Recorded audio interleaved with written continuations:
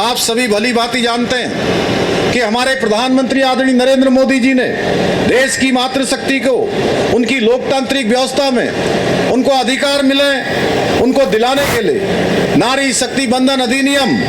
वो देश की संसद के अंदर लेकर आए। लेकिन कांग्रेस और उसके सहयोगी जो परिवारवादी पार्टियां हैं, उन्होंने मिलकर इस ऐतिहासिक और युग परिवर्तनकारी निर्णय को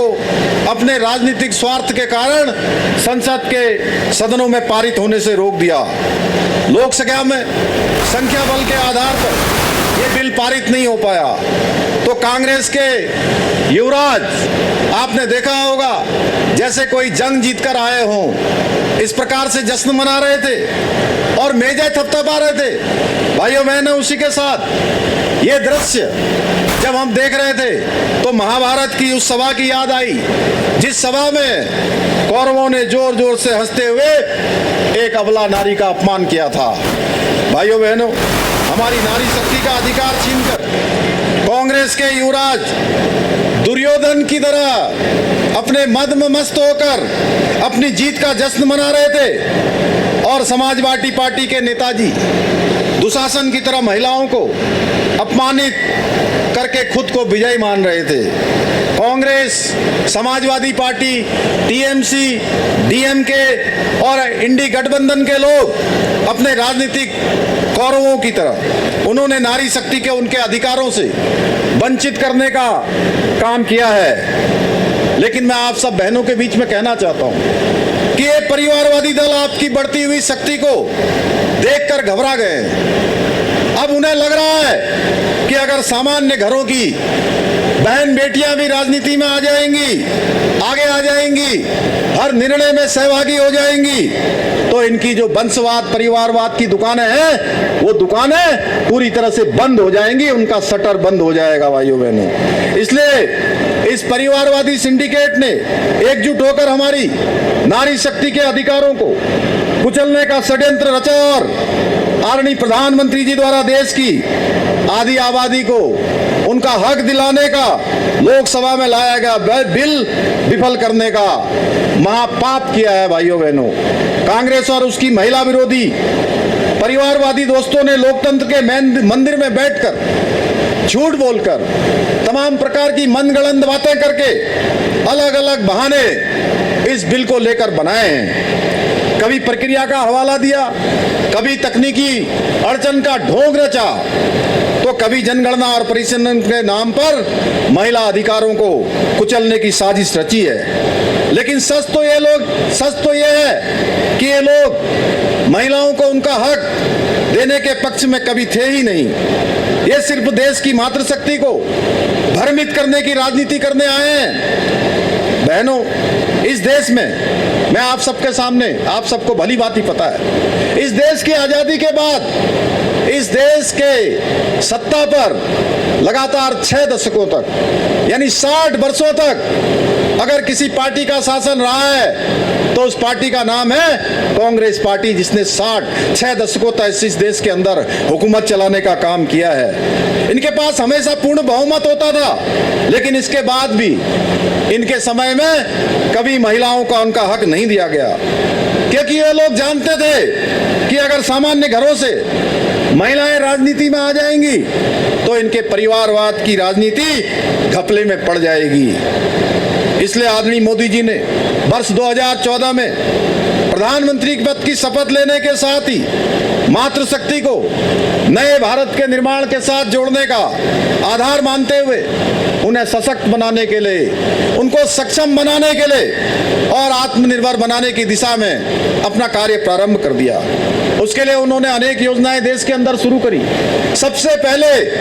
बेटी पढ़ाओ बेटी बचाओ के अभियान के द्वारा बेटियों को शिक्षा और सुरक्षा को प्राथमिकता देना, योजना लाना हो या जनधन योजना लाना हो, स्टार्टअप योजना लाना हो, स्वच्छ भारत अभियान शुरू करना हो या लाखों महिलाओं, करोड़ों महिलाओं को लखपति दीदी योजना से जोड़ना हो या उनको आत्मनिर्भर बनाना हो या ट्रिपल तलाक जैसी कुप्रथा का अंत करना हो, ऐसे अनेक निर्णयों के माध्यम से मोदी जी ने मातृशक्ति का सम्मान सुरक्षित करने का ऐतिहासिक काम किया।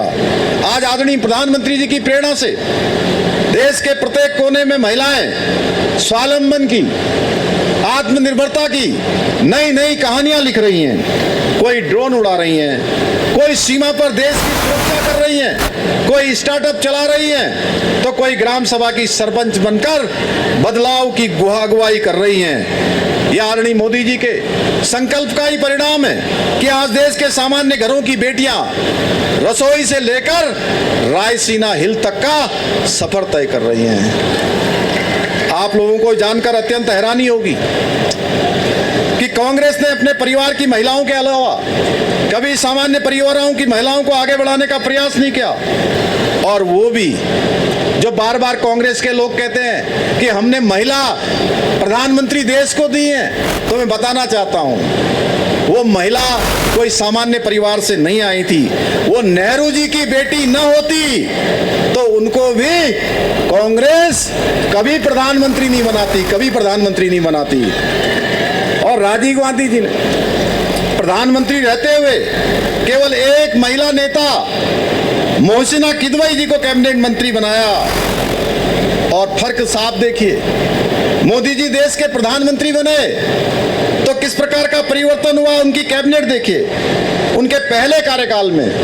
प्रधानमंत्री मोदी जी की कैबिनेट में 6 कैबिनेट मंत्री रही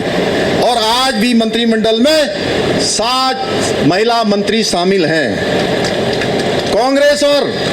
परिवारवादी मानसिकता वाले ये लोग कभी महिलाओं को आगे बढ़ने नहीं देंगे। ये लोग महिलाओं के नाम पर अपने ही परिवार की महिलाओं को राजनीति में आगे बढ़ाते हैं और देश की सामान्य परिवार की बेटियों का हक छीन लेते हैं। आप लोग भी जानते हैं कांग्रेस ने अपने युवराज की तरह ही राजकुमारी प्रियंका जी को भी कई बार राजनीति में आगे लाने का प्रयास किया, कई बार उनको भी लॉन्च किया गया। उत्तर प्रदेश के चुनाव में आपने देखा होगा, उन्होंने कहा था मैं लड़की हूं, लड़ सकती हूं, और उनके लिए हजारों करोड़ रुपए के बड़े बड़े प्रचार अभियान चलाए गए। जब उन्हें वास्तविकता में देश की लड़कियों के लिए लड़ने का मौका मिला तो उन्होंने धोखा देने का काम उनको किया है। उनकी ये एंटी वुमेन पॉलिसी ये साफ दर्शाती है कि उनके लिए सिर्फ अपने परिवार की नारी ही महिला है और वो केवल अगर सोचते हैं तो केवल और केवल उनके सशक्तिकरण के लिए सोचते हैं, महिला सशक्तिकरण मानते ही नहीं है। आज प्रधानमंत्री मोदी जी के नेतृत्व में आदिवासी समाज की बेटी आदरणीय द्रौपदी मुर्मू जी देश के सर्वोच्च संवैधानिक पद पर पहुंचना हो या आदरणीय निर्मला सीतारमण जी का वित्त मंत्री के रूप में लगातार भारत को आम बजट प्रस्तुत करना हो, वो इस बात का स्पष्ट प्रमाण है कि आदरणीय मोदी जी के नेतृत्व में महिला सशक्तिकरण अब केवल एक नारा नहीं है बल्कि हकीकत है। आज आदरणीय प्रधानमंत्री जी के मार्गदर्शन में हमारी राज्य सरकार भी मातृशक्ति के लिए समर्पित होकर काम कर रही है। हमारी राज्य सरकार ने जहां एक और नारी सशक्तिकरण, महिला सशक्तिकरण के लिए विधानसभा में 30% का आरक्षण लागू करने का ऐतिहासिक काम किया है, वहीं महिला अधिकारों की सुरक्षा के लिए, उनके सम्मान के लिए देश में सबसे पहले समान नागरिक संहिता का कानून देवभूमि उत्तराखंड में लागू करने का ऐतिहासिक काम भी किया है। इतना ही नहीं, हमारी सरकार द्वारा उत्तराखंड राज्य ग्रामीण आजीविका मिशन, सशक्त उत्सव बहना योजना, मुख्यमंत्री महिला स्वयं सहायता समूह सशक्तिकरण योजना के माध्यम से आज महिलाओं के लिए नए नए रोजगार के अवसर सृजित किए जा रहे हैं। यह हमारे प्रयासों का ही परिणाम है कि हमारे प्रदेश के अंदर 2,65,000 से अधिक हमारी बहनों ने लखपति दीदी बनने का गौरव प्राप्त किया है। यह भी महिला सशक्तिकरण का एक बड़ा उदाहरण है। आज के इस अवसर पर मैं आप सभी माताओं बहनों को यह आश्वस्त करना चाहता हूं कि मातृशक्ति है, हमारे प्रदेश अध्यक्ष महेंद्र भट्ट जी है, आपके अधिकार अधिकारों के लिए, आपकी सम्मान की रक्षा के लिए पूरी निष्ठा के साथ, पूरी समर्पण के साथ इसी प्रकार से लगातार कार्य करते रहेंगे। ये हमारा विकल्प रहित संकल्प है। कांग्रेस को नारी शक्ति बंधन अधिनियम का विरोध कर महिलाओं के साथ किए गए अपने विश्वासघात का एहसास हो गया है। इसलिए आप देख रहे होंगे ये बिल में तो विरोध में आ गए, संसद में तो इन्होंने बिल पारित नहीं होने दिया, लेकिन इसके बाद इनको जो नारी शक्ति के साथ इन्होंने विश्वासघात किया है उसका इनको भली भांति एहसास हो गया है कि इसका परिणाम क्या होने वाला है। तो अब ये लोग अपना फेस सेविंग करने के लिए कहीं प्रेस वार्ताएं आयोजित कर रहे हैं, कहीं छोटे छोटे कार्यक्रम करके लोगों को गुमराह और अफवाह फैलाने का काम कर रहे हैं, कहीं सफाई दे रहे हैं कि यहां भी अब उनके प्रदेश अध्यक्ष भी तमाम प्रकार की नारी सम्मान की झूठी बातें कर रहे हैं। कांग्रेस के लोग इतने असंवेदनशील हो चुके हैं कि हमारे प्रदेश की एक बेटी के नाम पर बार बार राजनीति कर उनके परिजनों के घाव को कुरेदने का काम करते हैं। कांग्रेस को ये नहीं भूलना चाहिए कि उनके शासनकाल में महिलाओं के साथ किस प्रकार का उत्पीड़न होता था। निर्भया कांड कोई भूल नहीं सकता, जो दिल दहलाने वाली घटनाएं कांग्रेस पार्टी के समय में देखी हैं, उसने पूरे देश को झकझोर के रख दिया था। इतना ही नहीं, उनके एक नेता ने तंदूर कांड किया, देश के इतिहास के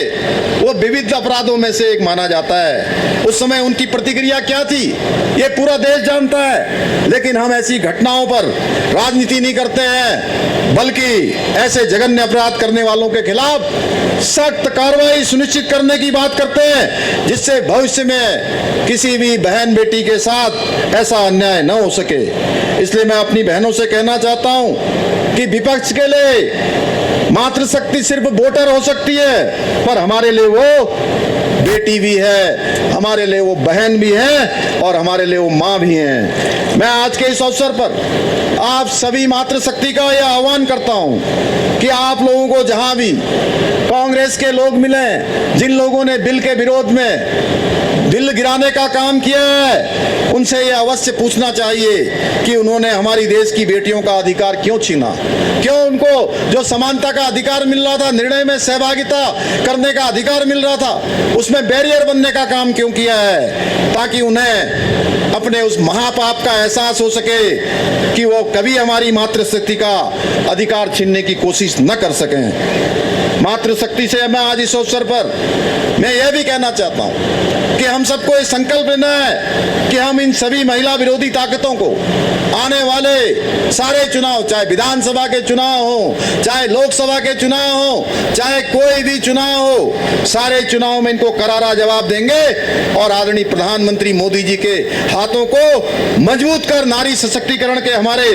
विकल्प रहित संकल्प को साकार करने में अपना योगदान सुनिश्चित करेंगे। मुझे पूरा विश्वास है कि हमारे इस संकल्प को साकार करने में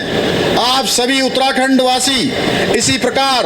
अपना आशीर्वाद और समर्थन प्रदान करते रहेंगे और हम सब मिलकर उत्तराखंड में मातृशक्ति के सशक्तिकरण के लिए एक इतिहास और एक मिसाल बनाने का काम करेंगे। इन्हीं शब्दों के साथ इतनी बड़ी संख्या में आप सब आए हैं, अभी हम लोगों को पद यात्रा भी करनी है, पद यात्रा करनी है। मैं यहाँ पधारने के लिए आप सबका हृदय से आभार व्यक्त करते हुए अपनी बात को समाप्त करता हूँ। भारत माता की,